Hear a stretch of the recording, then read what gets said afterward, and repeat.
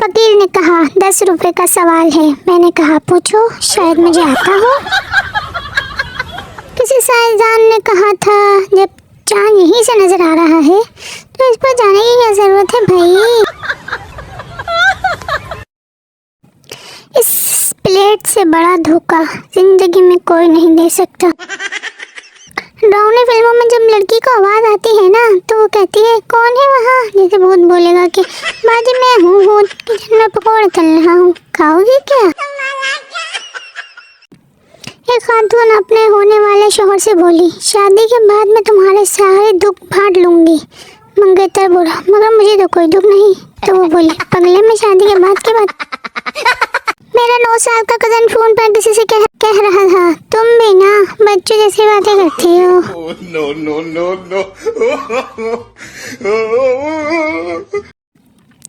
बीवी काश मेरी शादी आपकी बजाय शैतान से हो जाती तो अच्छा था। शोहर तौबा करो तौबा, भाई बहन की शादी नहीं होती।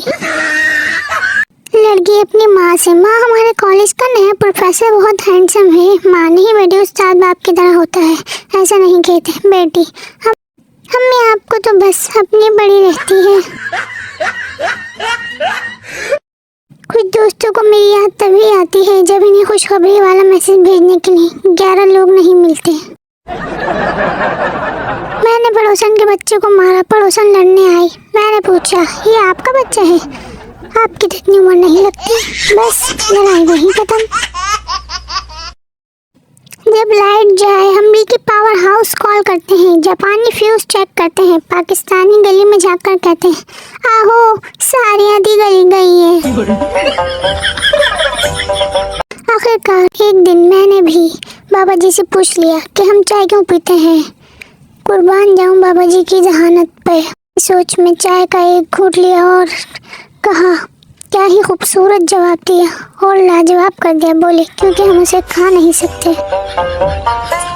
पाकिस्तानी लड़के मस्जिद से निकलते ही मोबाइल ऐसे निकालते हैं जैसे बख्शिश का नोटिफिकेशन आ गया हो।